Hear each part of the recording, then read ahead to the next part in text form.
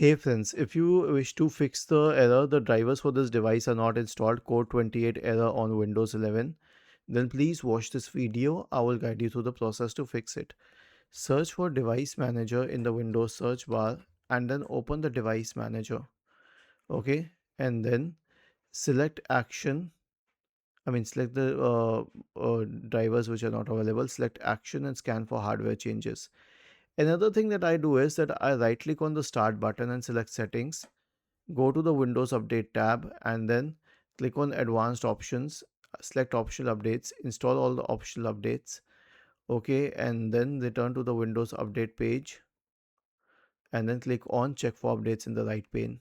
Or if a cumulative update exists, then we have to select Download and Install All. Was this helpful? If yes, then please subscribe to the channel.